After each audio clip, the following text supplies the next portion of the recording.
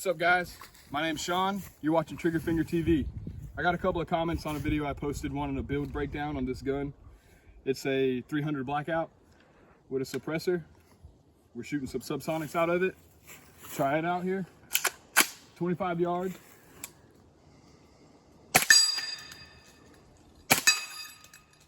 We're gonna run a build drill.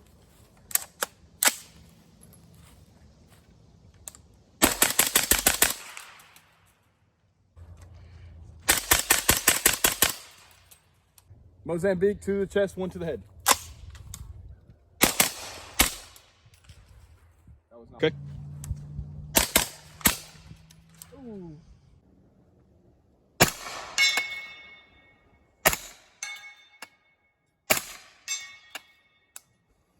All right, guys, even though this is a slow moving round, this round is really heavy relative to a 5.56 or something. So even though there's not a lot of velocity there, the amount of energy that's stored in that projectile going down range is able to translate that energy well because of the mass of that projectile. We're shooting 200. We're shooting 200. This is my infinite range here. No, we're shooting at 100 yards here. You see that dwell time between the shot and when it hits.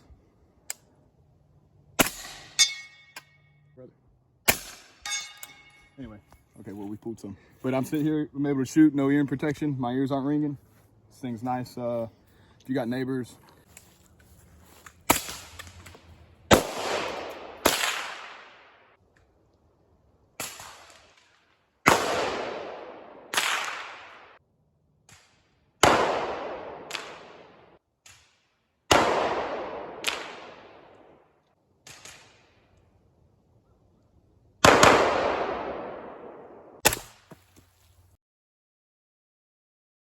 I was having some problems with the mag over here.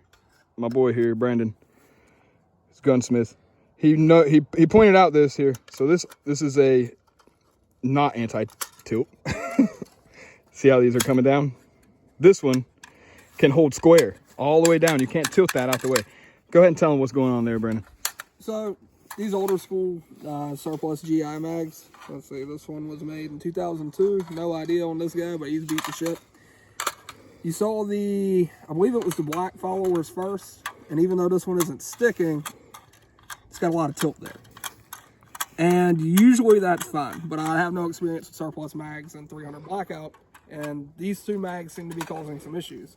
This is a more modern production Duramag, and if you come in here real close, I can push that follower all the way down on the front with no tilt whatsoever.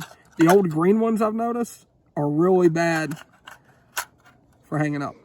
Just stuff to look for when you're buying magazines. You can still get these dirt cheap, but honestly, for the price of like P-Mags now, made by Magpool, just stock up on P-Mags. That's kind of the standard. And guys, that was the problem I was having with this gun. I was having the bolt come over the top of brass, look like a under gassing issue here. Changed it, put this new mag in, been running the rest of the day fine. And you got some bent feed lips there. All right, guys, well, he's the 300 blackout. There's going to be a lot of similarities in this rifle with the 5.56. The two guns will share identical parts besides the barrel. The chambering on the barrel, the size of the barrel, and even the rifling in some of these guns are going to be different. The things that are shared are going to be the base of these cartridges, where the bolt will grab these, extract the shell out of the chamber. And on an AR, the bolt carrier group that's moving here, they're going to be exactly the same. The trigger groups are going to be the same. The lower is going to be the same. The upper receiver is going to be able to accept a 300 blackout barrel. You can put the 300 blackout upper on a 5.56 lower and everything. I mean, it all interchanges except for the barrel. And the caliber of these bullets are different. So one's a 22 caliber bullet, one's a 30 cal bullet. So one's .22, one's .30.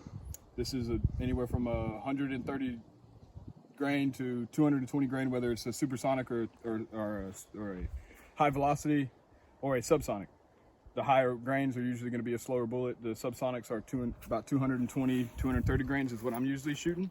With a 5.56, you're going to be shooting probably 55 grains, 62 grains, maybe 77 grains if you're going to something to shoot long range and match or something like that. The ballistics on these are going to be way different. When I'm shooting my subsonic 300, I'm getting my ballistics chart on the box says it's got 300 inches of drop at 400 yards. This 5.56 is a very flat shooting rifle. You can have a 100-yard zero and shoot. What do you think, Brandon? 500-600 yards with a 100-yard Yeah, zero. I mean, if you go with a 25 or 36-yard battle zero, it's point and play out to 300. There you go. So this flat shooting, this bullet right here, you got 100-yard zero, you're shooting out to 300 yards with not much loss in trajectory or anything like that. This bullet, it's dropping as soon as you shoot it out the muzzle. I mean, it is dropping fast. This thing has an external ballistics comparable to maybe like a 45 or something, with the velocities and the energy that it's going to be putting down range.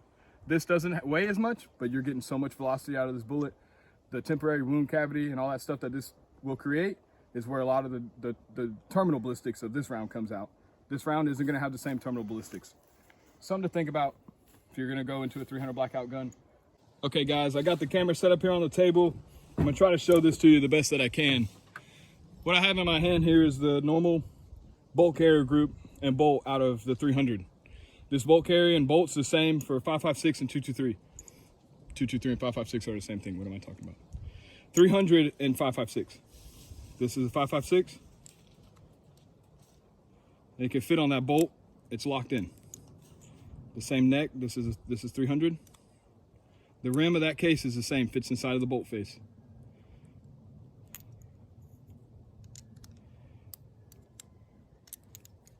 So you might ask why is that good to know what is going on here, but what you can do is you can buy a AR-15. You can have your lower here. You can take your lower and you can put it on your 300 blackout upper. If you had a stripped 300 blackout upper, you're able to take your 5.56 bolt carrier group, throw that in your 300 blackout upper. If you're going to do that, you need to label your mags. You need to keep your ammunition separate, because 5.56 and 300 blackout, if mixed up and shot out of a gun that ain't able to take that caliber, can blow up. So if you throw a 300 blackout in a 5.56 gun, it's going to go into the chamber. It's going to blow your gun up. So be very careful with that kind of stuff. Just keep them separated. Just keep that in mind. It's a cool thing to know, and you can get away with having two guns that shoots two different calibers pretty cheap. It's a pretty cool idea they come up with. All right, guys, you've seen us shooting it. We're into a little different environment here. I'm going to break this build down for you guys. Just tell you some of the parts and stuff I got in this thing. Here's a Dead Air Sandman S. It's on a QD, uses a chemo type tapered fit. Really nice, keeps the gas out. Not having any problems with it coming off. I will say that you want to have your muzzle device very tight. Thread lock that sucker on there, crush washer, something. Make sure it's not going to come off. If it does come off, there's ways of getting it out. It's not the end of the world if it does get stuck. Down here, my bipod's a Tango Down, attached to a Midwest Industries combat rail, T-Series rail. On the rail are Knights Armament Picatinny rail covers. Fits a standard 1913 Picatinny rail. Pretty easy, slide on and off, really nice. This rail will chew your hand up if you don't have these on here. Real aesthetic, real nice looking. Got a backwards flip up sight. You guys are talking about that being backwards, but that's just how I run it, so you can deal with it. But yep, got an Nikon P300 scope on here. It's a 2 to 7 power scope. It's got the targeted turrets, so I can dial that sucker in real quick, pop it on. Got the P-Series rail.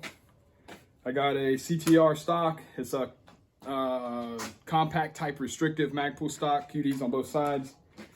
Enhanced select kit for the Magpul ambidextrous select fire. It's a 60-degree throw.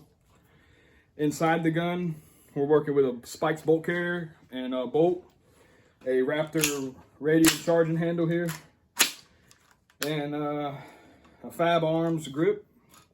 Everything else is standard mil-spec trigger, mil-spec buffer tube, and just the regular 9 here. So, and wrapping this up, moral of the story, moral of this video: if you want a good suppressor host, a short barrel 300 blackout is the way to go.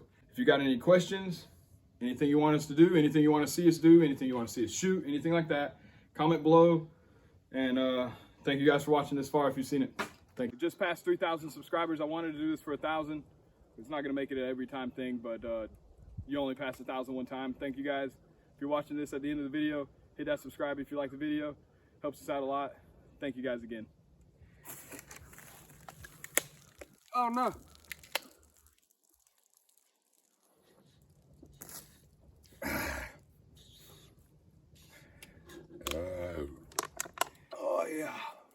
We're done shooting.